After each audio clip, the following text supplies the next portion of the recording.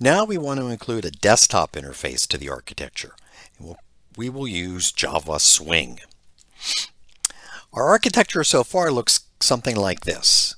We have a user in a browser. They could be probably at some computer anywhere in the world, and they contact the user interface, which is made up of JSPs and servlets. And these JSPs kind of loop back and forth. A servlet calls a JSP, sends it to the browser.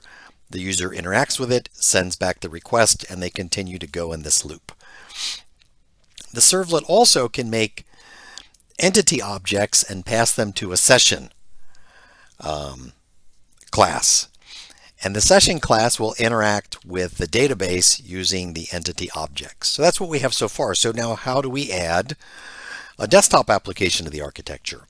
Well, there's different ways we could do it. One way is, could we build a desktop app that sends request objects and receives response objects and just have them communicate with the servlets?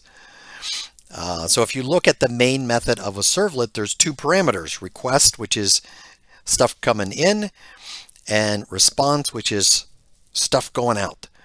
And could we have a desktop app that kind of simulates a browser in the sense and call directly into the servlet?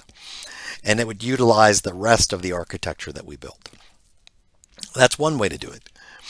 The opposite end is to have the desktop app communicate directly with the database. Typically, a desktop app is on the same local network as your database. That's why you build desktop apps. Now, when you think about that, you might say, well, wait a minute. If our business logic is going to be called out of the session bean and we let the client go directly to the database, that means we would have to duplicate all of our business logic code, which is not feasible because it would take twice the amount of time.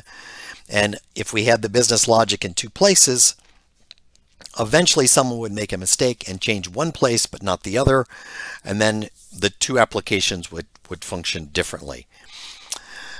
So could we build our business logic as just regular Java classes and have them compiled into the session classes and have them compiled into the desktop app? And that way it's the same code, it's the same validation.